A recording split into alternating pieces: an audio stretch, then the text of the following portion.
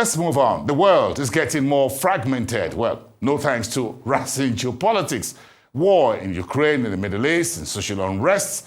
So how can industries transform to drive growth in an increasingly polarized global village? Now let's harvest some ideas from this panel of experts put together by the International Monetary Fund.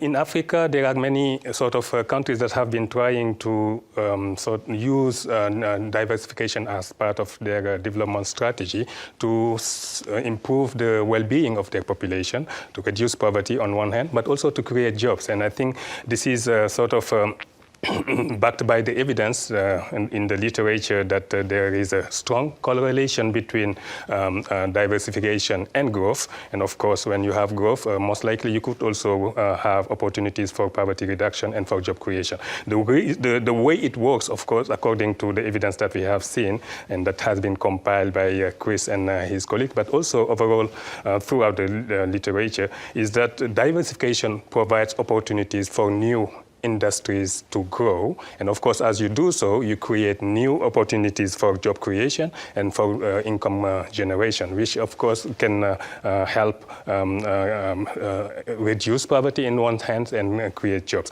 And I think this is something that is very much also shown to be the case in Africa, where the evidence show that countries that have more diversified economies have tended to grow faster than other countries that do not, particularly countries that are more reliant on a few commodities. And I think this is something that we have seen in many ways. So I do remember actually when I was on the board of the IMF also, there was some other IMF work that was specifically trying to compare the growth performance among diversified economies in Africa and non-diversified economy. And of course, that was the same result that came out of it, showing that those diversified economies tended to grow faster.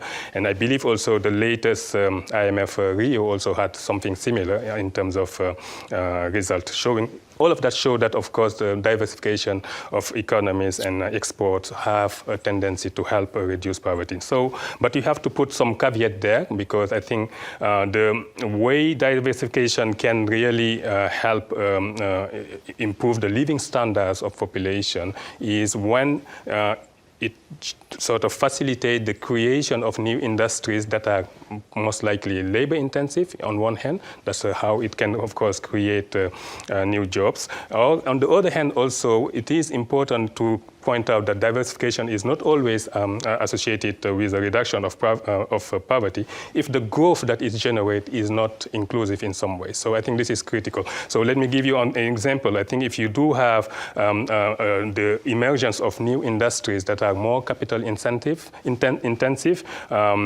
chances are their impact on job creation might not be as significant as you would expect. There's this feeling that, yes, we've moved beyond just agriculture.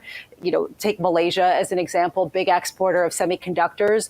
But a lot of people think of them as a cheaper version of Singapore, and they don't want that. They want to be considered just as highly paid as anyone else, and not just the discounters. How can you talk about what that evolution looks like, particularly with Southeast Asia as an example, especially as they've moved into the higher skilled types of industries and now trying to get paid as such? Diversification, first of all, is inducing resilience in these countries. In other words, like Alexei mentioned, when you have a diversified economy and you face shocks, basically these shocks are not as pronounced because the economy is able to absorb them more evenly. Now, in terms of growth, we have done a lot of work, and as Dado was saying, there is a lot of debate of how exactly diversification, what are the channels actually by which diversification impacts growth.